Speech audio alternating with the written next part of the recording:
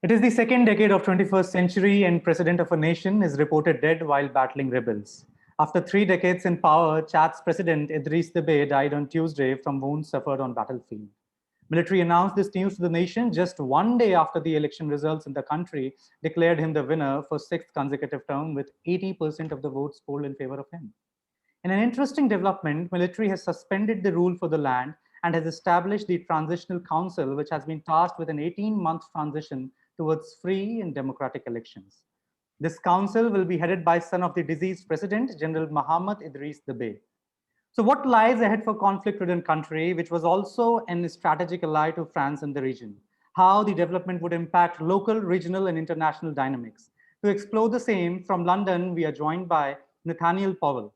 You are an associate researcher at the Center for War and Diplomacy at Lancaster University, UK.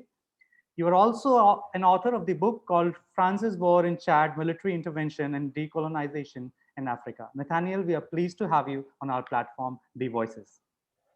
Thank you. Happy to be here. Nathaniel, to begin with, a president dying while battling rebels on an army post doesn't sound usual in the modern world, and this isn't the very first time he was in such exercise. How far do you analyze that this acts of president have gathered him legitimacy, and what are the shades of the legacy of Idris Deby for you? Right. So thanks for having me on. I think uh, it's so the legacy is quite complicated, and the extent to which his death at the battlefield has a sort of martyrdom effect is probably somewhat limited to a very small constituency of the army and perhaps the population. But it is true that it is quite shocking, I think, for most people, most observers, to see a head of state die in a frontline combat. To be fair, there are rumors circulating about different ways he may have died. Perhaps not on the battlefield itself, perhaps in meetings with rebels that went bad. It's unclear right now. The official account of the government, though, is that he was on the battlefield, and it is plausible, at least because he's been there before. He's been a soldier his whole life, or his whole adult life, and has had a lot of experience fighting in the Chadian environment. And he's also not the first president, not the first Chadian president to fight on the battlefield either. His predecessor, Hissène Habré, was quite frequently in the battlefield. His predecessor, Gukuni Wedde, was also quite frequently in the battlefield. So there's sort of a tradition of Chadian presidents as military leaders, but it also reflects decades of military governance in the country, which has had subsequently or consequently a very particular effect on the kind of political and social fabric of Chad itself, and the nature of the regime and the relationship between succession of different regimes and the populations that live in the country. Okay. Nathaniel, once the president died, the ideal route would have been to appoint a speaker as the interim president and move on for elections. Instead, a transitional council has been established and is being led by his son. How do you analyze the rise of his son, and do you think he taking over the reins is a promising sign which inspires confidence for a peaceful transition? Sure. So the son has been seen by both Chadians and outside observers for a while, for a couple of years anyway, as the logical kind of successor to his father, in the sense that the father, Idris Deby, has been kind of grooming him in different ways, and even created a vice presidency position in his government that many thought was supposed to be his son, would be given to his son, although there's some debate about that. And his son was the head of the Presidential Guard, which was the most well-equipped, well-trained, well-funded unit in the Chadian military, also probably the most effective on the battlefield. So he has battlefield experience. He also commanded Chadian troops in Mali during the French intervention there in 2013, as well as 2014. So he has battlefield experience. He has military training in France. He's very close to French officers. He has kind of international connections as well with other Sahelian states. So his combination kind of military experience and his international connections make him a fairly logical successor to his father. Now, there are two kind of issues that have to be considered here. For one thing, in terms of the reassurance value that he provides to the French and Chad's international backers, France is the biggest international backer of the Chadian government, has been for a long time. To a lesser extent, the United States, which also heavily relies on Chad for its own security policy. So his father was seen as bringing an element of stability in an unstable region, projecting military force in ways that benefited the security aims of other powers, namely fighting jihadist groups in Mali and Niger, and to a lesser extent Burkina Faso, and also, Nigeria against Boko Haram. So to a large extent, French security policy. France also has a large intervention force in the Sahel right now. It's called Operation Balkan. There are about 5,000 troops there. And the Chadian army has been a very effective auxiliary force for the French. So they're heavily on this regime. So the fact that Deby died in battle was obviously a major potential blow to French security policy. However, the fact that the transitional regime is led by his son, who the French also, if the French could pick any potential leader after Deby died, it would probably be his son. So probably quite happy about that from that angle. That being said, inside Chad itself, this is seen as being as a massively illegitimate transfer of power. It's a violation of the constitution. It is technically a coup d'etat, and it's been described that way by many Chadian opposition parties, as well as outside observers, human rights groups, etc. And it does leave open an entire question mark about the evolution of the regime going forward. Will this bring stability to Chad? Will it bring a representative government or not? Or will this just continue the repressive policies of his father? Those are open questions. As you raised the doubt about the evolution of the regime, the regime seems to be more vulnerable than ever to the rebels itself. So tell us something more about the Libya-based rebels FACT, the Front for Change and Concord in Chad, where they might be heading after this, and how possible is a coup? Okay, excellent questions. So there's sort of several elements to this. So the rebellion itself is based on largely, although not entirely, not exclusively. And again, there's quite a bit of contradictory information about it. So my information is not, I don't have any special insight into the group itself, but they're largely based in ethnicities who live in northern Chad, the Tubu, and also in southern Libya. And that's where most of its recruits come from. And they were engaged in the Libyan civil war. So it's led by Muhammad Ali, who's an exile from Deby's, initially rebel, then an exile from Deby's father's government. He's been in exile in France and then in Libya. He was leading a rebel group during Libya's civil war after Gaddafi's ouster in 2011. And this group kind of shifted allegiances and its connections over time. And the past several years, it was connected with and allied to Khalifa Haftar, who was the strongman of the Libyan National Army, is one of the two kind of main factions in Libya at the moment. And through their connections with him, as well as their combat experience, they've gained lots of equipment. So they have very kind of advanced equipment that they managed to gather through their connections to Khalifa Haftar, who, by the way, was also heavily supported by France. This is one of the ironies of the whole thing. That the French-supported faction, the Libyan civil war, is connected to the rebel group that actually killed the guy that France is supporting in Chad. Not the first time this kind of contradictory event has happened. So this rebel group took an opportunity after this peace accord in Libya which called for the removal of all foreign groups, although without really having an enforcement mechanism in place to do that, to leave Libya. And I think they probably saw an opportunity in terms of the presidential election in Chad, which was highly controversial because it's seen as being rigged and is heavily opposed in civil society as well as other rebel groups. And they saw this as an opportunity to intervene. I think another issue is that a lot of Chad's best military units were outside of the country, fighting in Mali and Niger and Burkina. And they may have seen this as a vulnerability that they could exploit. And they also may have thought that France would not intervene to protect Deby as forcefully as they have in the past because of the controversy surrounding the elections and the reputational political costs that might inflict on Paris if they were seen to be too openly siding with Deby's regime. So they probably took that, combined with their combat experience and their good equipment, as a potential opportunity to attack. And they don't seem to me to have like a coherent political aim apart from what's written in their communiques, which is democratic transition, replacing Idriss Deby, who's been in power for 30 years, and kind of vague comments of support about civil society based democratic transition. It's unclear about how much of that was, sincerely held belief or not. And they also have connections to other rebel groups as well. So now what we do know is that they engaged the Chadian army. We know that they covered quite a bit of terrain from Libya. They got to about 300 kilometers of Jamena, the Chadian capital.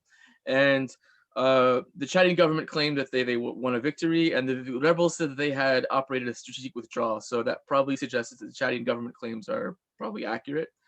There was a military defeat of the rebellion. They have drawn back. Right now, they may well be awaiting events. They might be getting resupplied. They might be recruiting.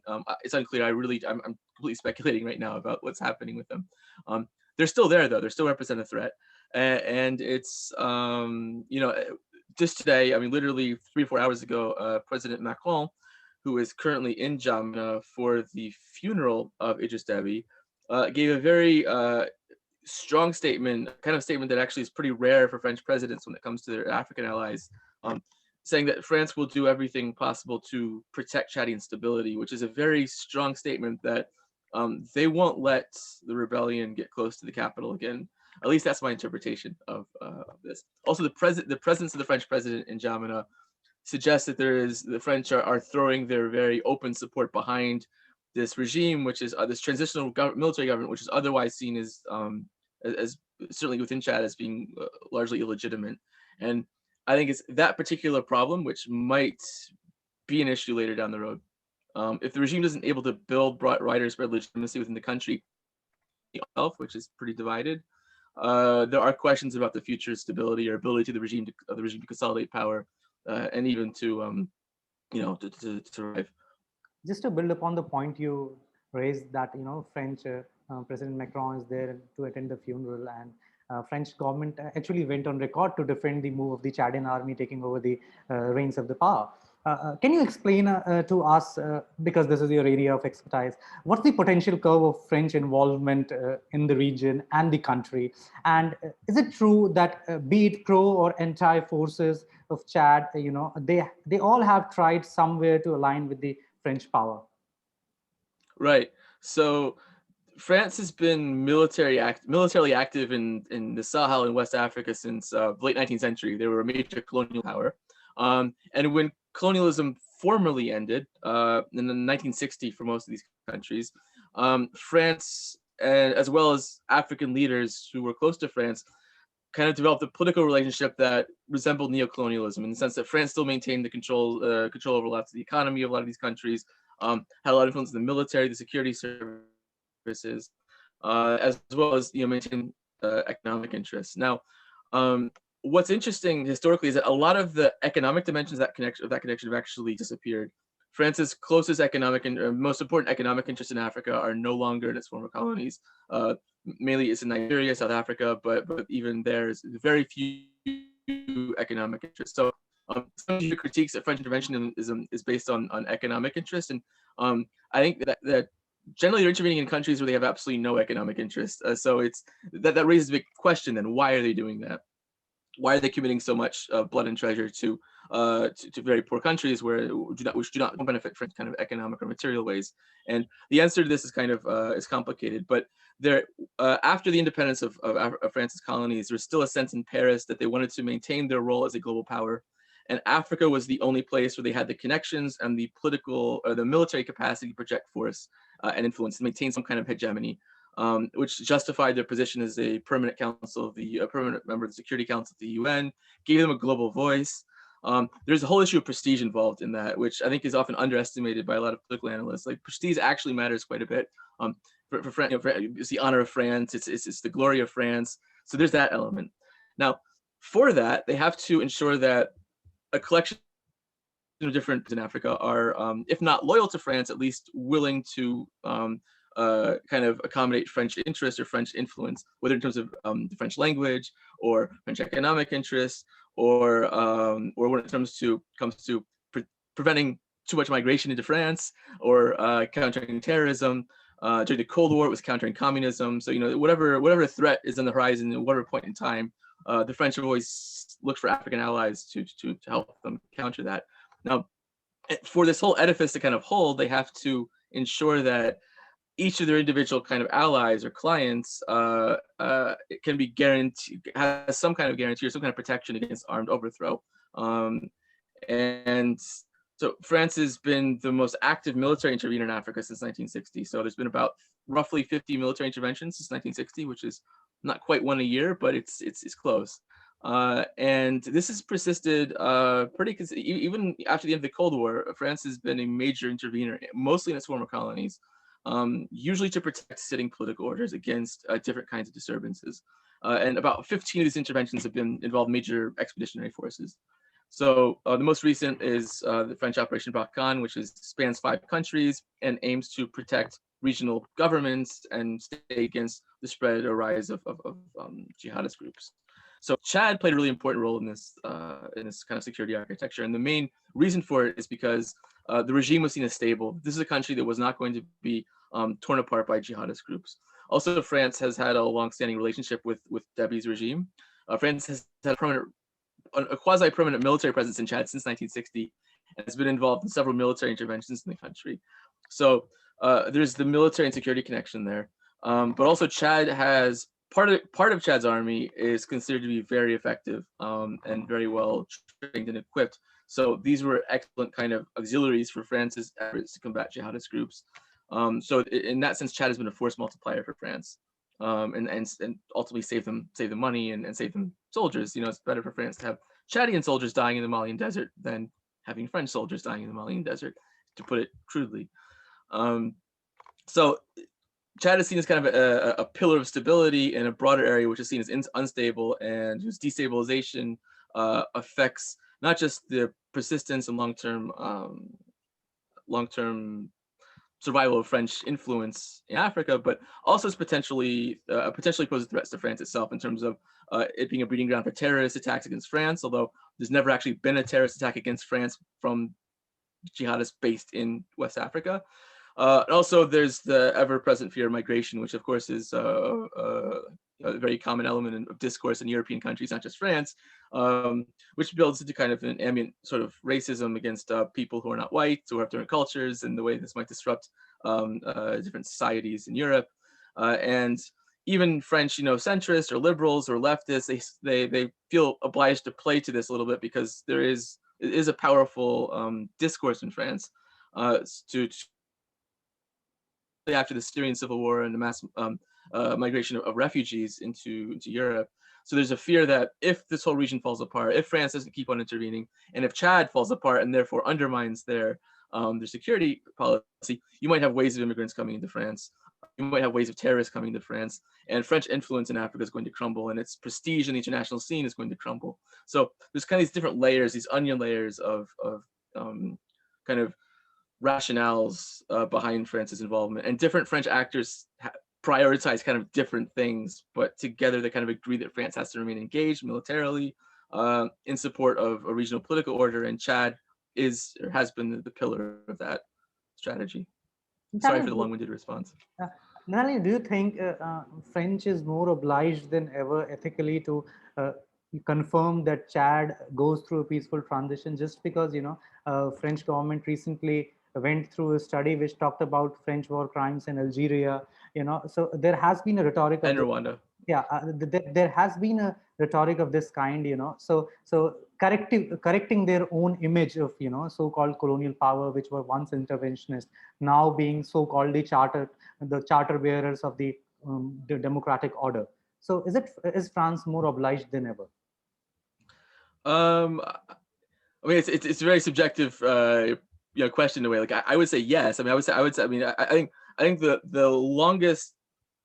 biggest criticism you can make of France's long-standing role in Africa is that it's created a system in which different governments have not had an incentive to liberalize or to broaden the base of their governance, because they know they're protected by France. So because of that, it's actually been an impediment. It's been an obstacle to any kind of democratic efforts to reform. Now, some states have been more successful than others. I mean, it's not been uniform, but Chad is an extreme example of this, where one of the main obstacles to democratization in Chad has been the French security guarantee to its government, and the French role in the militarization of Chadian politics, which means that the only way to successfully contest the Chadian government since the 1970s has been through armed rebellion. And that completely excludes any kind of political space for people who aren't soldiers, who aren't armed, who aren't part of armed groups. In other countries, it's a little bit less severe than that. But I think the fact that the French presence has had this effect, which has really reinforced repression and the oppressive nature of a number of different African governments, does mean that that they I think they do have an ethical responsibility, a moral responsibility to revise or to reassess the role they're actually playing. I mean, there is an element there that is in the long term anyway destabilizing. Um, One of the main causes of the rise of jihadism in West Africa and the Sahel are the practices of the governments in West Africa and the Sahel. And those practices are in part, although not entirely, I mean, you can't blame France for everything, but in part because of the way that they've been protected from the outside. Um, and if they now, does that mean France should just cut and run right now, like leave everything? I mean, I don't know. It's hard to say, but I do think that it's important for them to stop guaranteeing the security of governments that do not have popular legitimacy.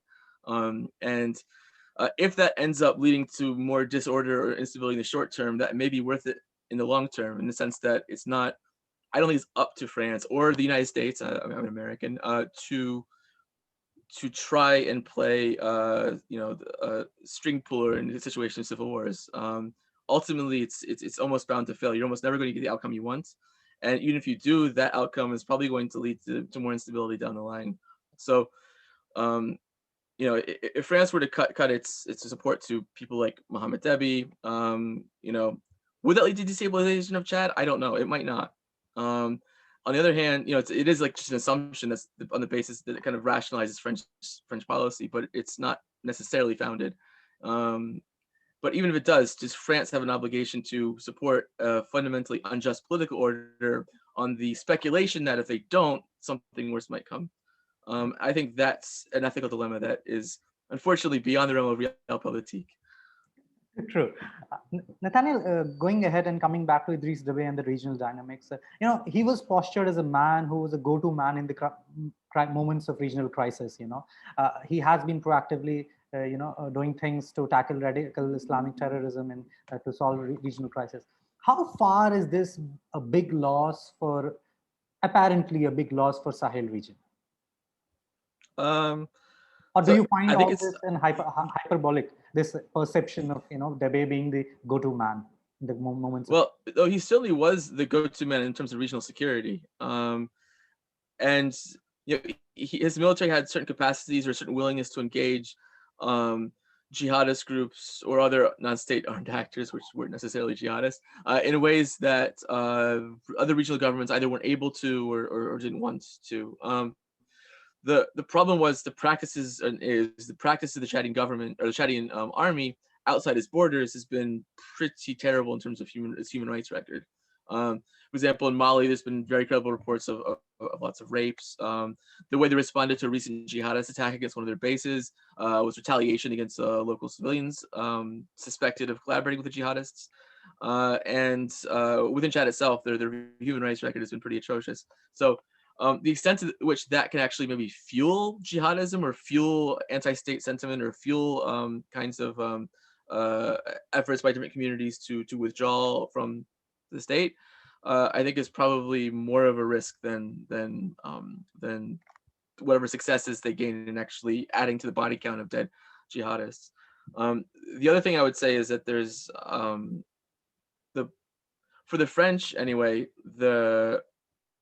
it's probably too early to say, I mean, whether you're French or not, to what extent the change of regime or continuation of the regime, depending on how you want to define it, in Chad will actually impact either security in the broader Sahel or the stability of Chad itself.